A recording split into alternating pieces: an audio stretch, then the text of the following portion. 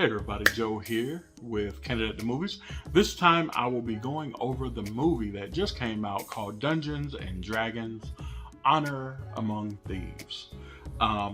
This movie is a fantasy adventure type of movie and is based off of basically one of those cult, classic games called Dungeons and Dragons, where if you're unfamiliar, people will dress up and basically it's acting, you know. I've seen people play it. I've never personally played it myself, but I've seen people play it.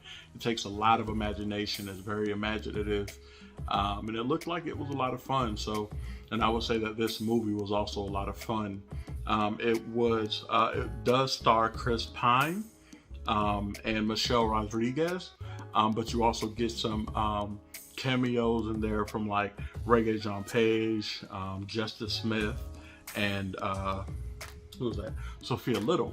Now, Dungeons and Dragons, like I said, is a adventure, and it was a 2-hour movie, but I can honestly say that the things that I would give it positives for is that it didn't take itself too seriously. You know, being that it's Dungeons and Dragons, it should be campy, and they gave us all the camp. They gave us all the camp. They gave us all the random things that don't make any sense. This is the hither stick, you know, like all of those things that are fun and things that you shouldn't have to take way too seriously or anything like that. Obviously, as far as the story goes, it was pretty simple.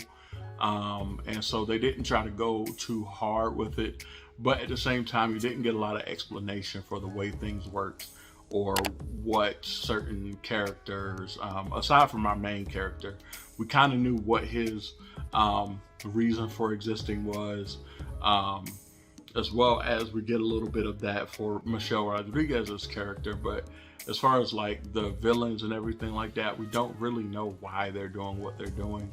And for that, I'll have to give it a negative. Overall, as far as like originality, I wouldn't really give it anything as far as originality goes. I can honestly say that this is a kind of forgettable movie. Even though I was entertained. There's a difference between entertained and, you know, having something stick with you or be long lasting. And I don't think that this movie was supposed to be long lasting. It didn't take itself too seriously, just like it shouldn't have. I have no idea the reason why the Red Witches could do what they do. They are a type of villain in the film, and there was just a lot of lore that was kind of lost on me.